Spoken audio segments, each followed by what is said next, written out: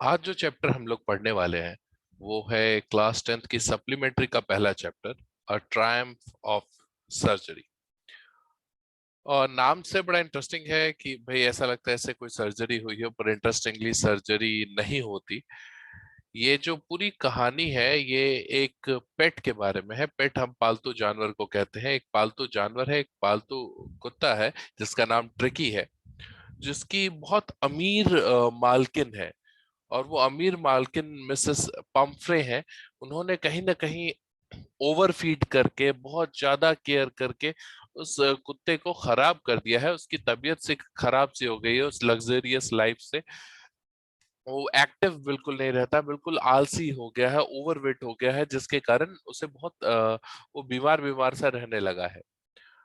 और इसी परेशानी के कारण वो विजिट करने के लिए जो एक वेटरनरी सर्जन है, वेटरनरी सर्जन हुए जो डॉक्टरों की सर्जरी करने वाले डॉक्टर्स, सॉरी डॉक्टर की नहीं, जानवरों की सर्जरी करने वाले डॉक्टर्स, उनको हम वेटरनरी सर्जन कहते हैं।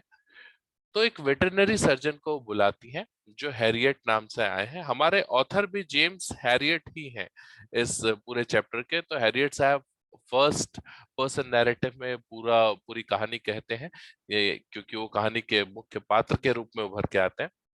कहानी कुछ ऐसी है कि वो ट्रिकी के बारे में काफी वरिड रहते हैं डॉक्टर साहब जब वो वहां पहुंचते हैं, क्योंकि वो जब उसको स्ट्रीट पे देखते हैं अपने मिस्ट्रेस के साथ, तो देखती कि वो बहुत ज्यादा फूल गया है, ब्लोटेड सा है, और आंखें बिल्कुल लाल सी हैं उसकी।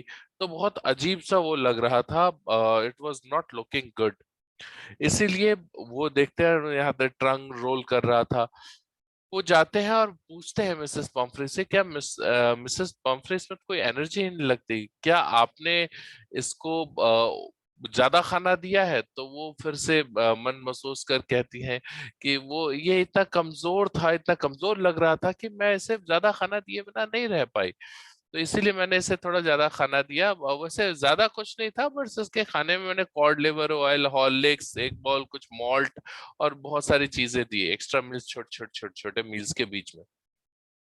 क्यों? और ये एक बड़ी विचित्र सी आदत थी उस कुत्ते की कि वो खाने को कभी भी ना नहीं कह पाता था। उसको जब भी दे दो वो खा लेता था।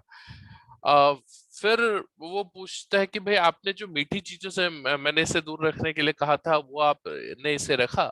डॉक्टर पूछते हैं मिसेस पाम्फ्रे से। मिसेस पाम्फ्रे फिर कहती है कि ये इतना वीक था और ये इसको चॉकलेट और क्रीम केक बहुत पसंद है, तो मैं इसे दूर नहीं रह पाई, मैं रिफ्यूज नहीं कर पाई इसको, इसलिए मैंने इसको वो भी खिला दिया। वो देखते हैं उस छोटे से कुत्ते को, और उन्हें बहुत बुरा लगता है उसके लिए। फिर वो बोलते हैं कि यार आपने इनको इसको सफिशिएंट एक्सरसाइज करा है? तो बोलती है, हाँ बस मेरे साथ जैसा अभी आप देख रहे हैं वैसे थोड़ा सा टहलना, पर अभी जो गार्डनर है वो छुट्टी पे है, तो वो जो डिस्क फेंकना और उसको पकड़ के लाने का, फेच करने का जो है, वो अभी वो नहीं कर रहा है, हाल फिलहाल में नहीं हो रहा। वो बहुत सिवियर साउंड करना चाहते थे। वो जो स्थिति है उसकी गंभीरता समझाना चाहते थे मिसेस पॉम्परे को हैरियट साहब, हमारे वेटरनरी डॉक्टर। बोलते हैं अब मैं बहुत अर्जेंटली आपको कह रहा हूँ कि इसके फूड को आपको कम करना पड़ेगा और एक्सरसाइज करवानी पड़ेगी, नहीं तो ये बहुत ज्यादा बीमार होने वाला है। और आपको थोड़ा सा अपने दिल को सख्त करना पड़ेगा और आप स्ट्रिक्ट होना पड़ेगा इसके डाइट के लिए। जो मिसेस पम्फ्रे है बोलती है, हाँ मिस्टर हैरियट, मैं पक्का, मैं श्योर हूँ, मैं ऐसा करूंगी, ऐसा ही करूंगी मैं आने वाले दिनों में, ऐसा कुछ कहती है। अब वो एक कोट में लिपटा हुआ था, और उसका वार्डरोब, वो जो डॉग है वो एक कोट में लिपटा था, उसका वार्डरोब भरा हुआ था ऐसे कोटों से। उसके कोल्ड वेदर के लिए अलग कोट थे, एक रेन कोट भी था बारिश के लिए। और मतलब उसको बहुत ज्यादा पैम्पर कर दिया गया था। जब वो वहां से निकलते हैं डॉक्टर साहब, तो उनको अंदाजा रहता है कि जल्द ही, बहुत जल्द इसकी तबीयत खराब होने वाली है, इसके लिए कॉल आने वाली है। और जैसा कि उनको एक्सपेक्टेशन थी, कुछ ही दिनों में उनको कॉल आती है, जब वो मिसेस पम्फ्रे कहती हैं कि भाई ट्रिकी कुछ भी नहीं खा रहा है, यहाँ तक कि जो उसको सबसे ज्यादा पसंद है जो चीजें, वो भी वो नहीं खा रहा है। और वो ना बस पड़ा हुआ है एक जगह पे, पैंट कर रहा है, हाफ रहा है, और कुछ भी करना नहीं चाहता। तो डॉक्टर साहब हमारे कहते हैं कि भाई जो इसको अब हॉस्पिटलाइज करना पड़ेगा आपको, इसकी स्थिति बहुत गंभीर है, आपको अपने घर से बाहर रखना पड़ेगा कम से कम 15 दिनों के लिए, फोर्टनाइट के लिए। जो महिला है वो लगभग तकरीबन बेहोश सी हो जाती है। उनकी हालत खराब हो जाती है कि भाई कैसे, उनको पूरा विश्वास था कि वो जो डॉगी है उनका वो उनके बिना मर जाएगा, भूखे मर जाएगा जो अगर उनको एक दिन भी देखेगा नहीं तो। पर डॉक्टर ने अपनी बात को बहुत फर्मली रखा, क्योंकि उन्होंने कहा कि देखिए ट्रिकी बहुत बीमार है, आपको ऐसा करना ही पड़ेगा उसको बचाने के लिए। और उन्होंने किया कि भाई अगर आप डिले करेंगे तो और बुरी हो जाएगी हालत, जैसे कि मिसेस पम्फड़ी जो है वो दहाड़े मारकर रोने लग गई। और फिर किसी तरीके से वो जब पहुंचते हैं तो वो उनको क्या लपेट के एक ब्लैंकेट में डॉगी को दिया जाता है।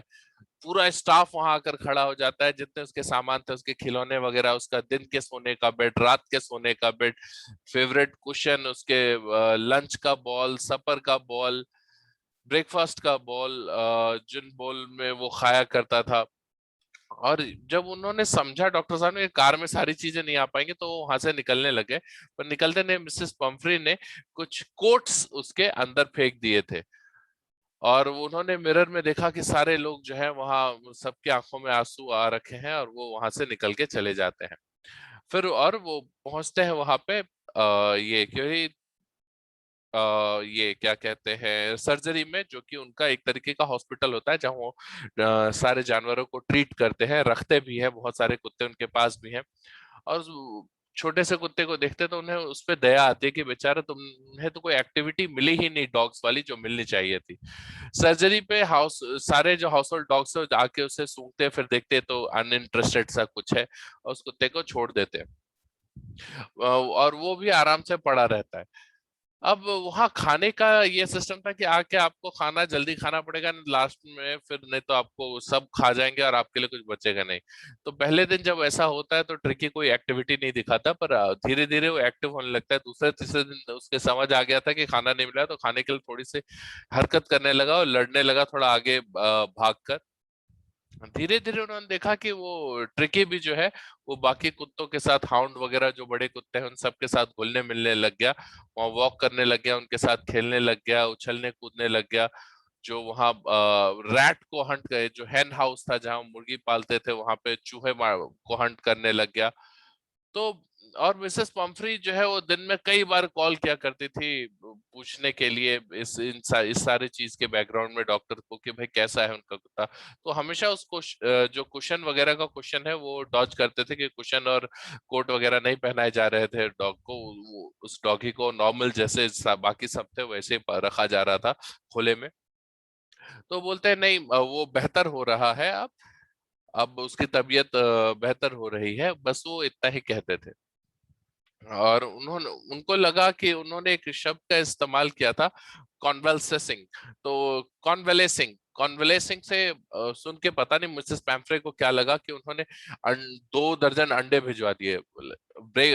तो अब वो अंडे चाहते नहीं थे कि डॉग को दिए जाए। तो भाई उनके पेरेंट्स और वो जो है ब्रेकफास्ट में रोज 2-2 अंडे वो लोग खाते रहे। फिर कुछ दिन बाद ब्रांडी आ गई उस कुत्ते के लिए। अंदर से कहीं ना कहीं अब वो लोग खा रहे थे पी रहे थे सारी चीजें जो डॉक्टर और उनकी फैमिली पी रही थी, जो आ रहे थे उस कुत्ते के लिए। तो वो कहीं ना कहीं अंदर से उनको ऐसी फीलिंग आती है कि क्यों ना इस कुत्ते को लंबे वक्त के लिए रख लिया जाए।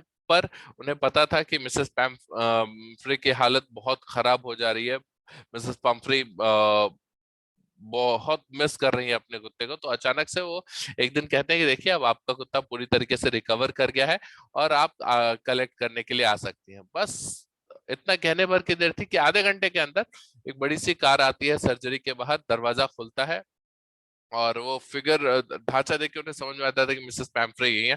मिसेस पैम्फ्रे आ जाती हैं और वो हाथे होता है ना थोड़ा सा नर्वस सी कि भाई कैसा होगा क्या होगा। बोलते हैं कि क्या वो सच में ठीक हो गया है? तो हाँ वो बहुत बेहतर है, मैं लाता हूँ आपके पास।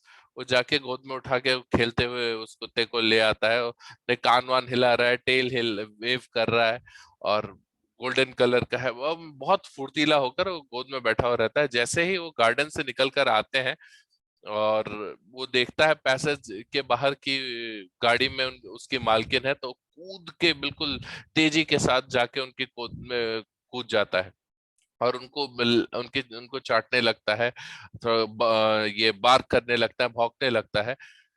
इस सारे एक्साइटमेंट में जो के दौरान जो चौफर है, चौफर प्राइवेट ड्राइवर को कहते हैं, जो हायर करते हैं लोग अपने लिए, शॉफर कहते हैं उनको। तो शॉफर को ले आते हैं। शॉफर के साथ वो सारे बेड टॉयज, कुशन, कोट वगैरह, बोल वगैरह जितने थे जो कि बिल्कुल भी इस्तेमाल नहीं हुए, उन सारी चीजों को वापस कर रहे थे। आंखों में आंसू आ गए थे मिसेस पंफ्रे के, और कांपते हुए होठों के साथ वो कहती है कि मिस्टर हैरियट, ये तो मैं आपको कैसे थैंक यू कह सकती हूँ, ये तो ट्रायम्फ ऑफ सर्जरी है।